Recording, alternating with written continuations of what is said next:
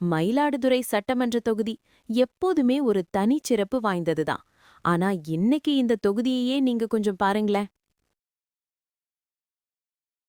கட்சிகளின் வண்ண வண்ண கொடிகள், வானத்தையே அலங்கரிக்கும் தோரணங்கள், பார்க்கவே ஒரு அழகான வண்ண கோலம் போல மயிலாடுதுறையே இன்னைக்கு விழா கோலம் பூண்டிருக்கு. தொண்டர்களோட முகத்துல இருக்கிற அந்த உற்சாகத்தை பாருங்க. அவங்களோட இந்த ஆரவாரமும் உழைப்பும் வெற்றியை நோக்கிய ஒரு தெளிவான இலக்கை நமக்கு காட்டுது. இந்த விறுவிறுப்பான வீடியோவை நீங்க முழுசா பாக்கறதுக்கு முன்னாடி நம்ம சேனலை இப்பதான் நீங்க முதல் தடவை பாக்குறீங்கன்னா உடனே அந்த சப்ஸ்கிரைப் பட்டனை அழுத்திடுங்க. அப்படியே உங்க நண்பர்களுக்கும் இந்த வீடியோவை ஷேர் பண்ணுங்க, லைக் பண்ணுங்க. இந்த தேர்தல் களம் பத்தி நீங்க என்ன நினைக்கிறீங்கன்னு மறக்காம கீழே கமெண்ட் பண்ணுங்க. சரி வாங்க நண்பர்களே, இப்போ அந்த எழுச்சியான வீடியோக்குள்ள போகலாம். மயிலாடுதுறை சட்டமன்ற தொகுதியில் தேர்தல் களம் சூடுபிடிக்கத் தொடங்கியுள்ளது.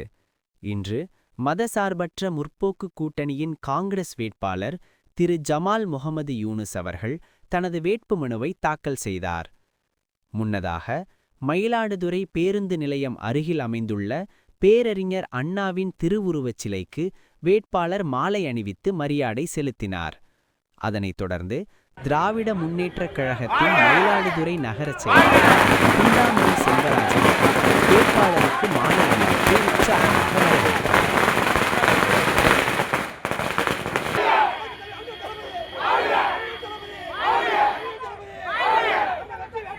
தோழமை கட்சியினருடன் பிரம்மாண்டமான பேரணி தொடங்கியது.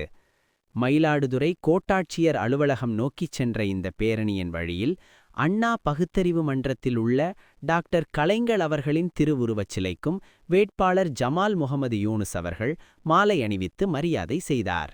இந்த பேரணியில் நாடாளுமன்ற உறுப்பினர் ஆர் சுதா, முன்னாள் சட்டமன்ற உறுப்பினர் குத்தாலம் க அன்பழகன், முன்னாள் சட்டமன்ற உறுப்பினர் ஜெகவீர பாண்டியன், மயிலாடுதுறை மாவட்ட காங்கிரஸ் கமிட்டி தலைவர் பானுசேகர் மற்றும் கூட்டணி கட்சிகளின் மாவட்டச் செயலாளர்கள், ஒன்றிய, நகர மற்றும் கிளைக்கழக நிர்வாகிகள் என பெருந்திரளான தொண்டர்கள் கலந்து கொண்டு ஆதரவு திரட்டினர்.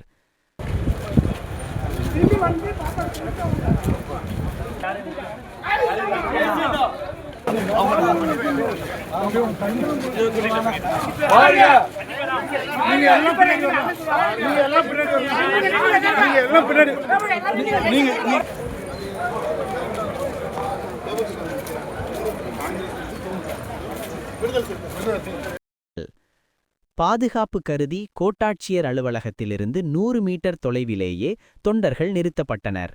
வேட்பாளரும் முக்கிய பொறுப்பாளர்கள் மட்டுமே உள்ளே செல்ல அனுமதிக்கப்பட்டனர்.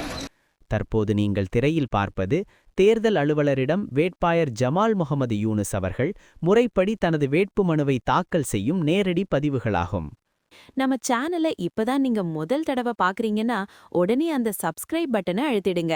அப்படியே உங்க நண்பர்களுக்கும் இந்த வீடியோவை ஷேர் பண்ணுங்க, லைக் பண்ணுங்க. இந்த தேர்தல் களம் பத்தி நீங்க என்ன நினைக்கிறீங்கன்னு மறக்காம கீழே கமெண்ட் பண்ணுங்க.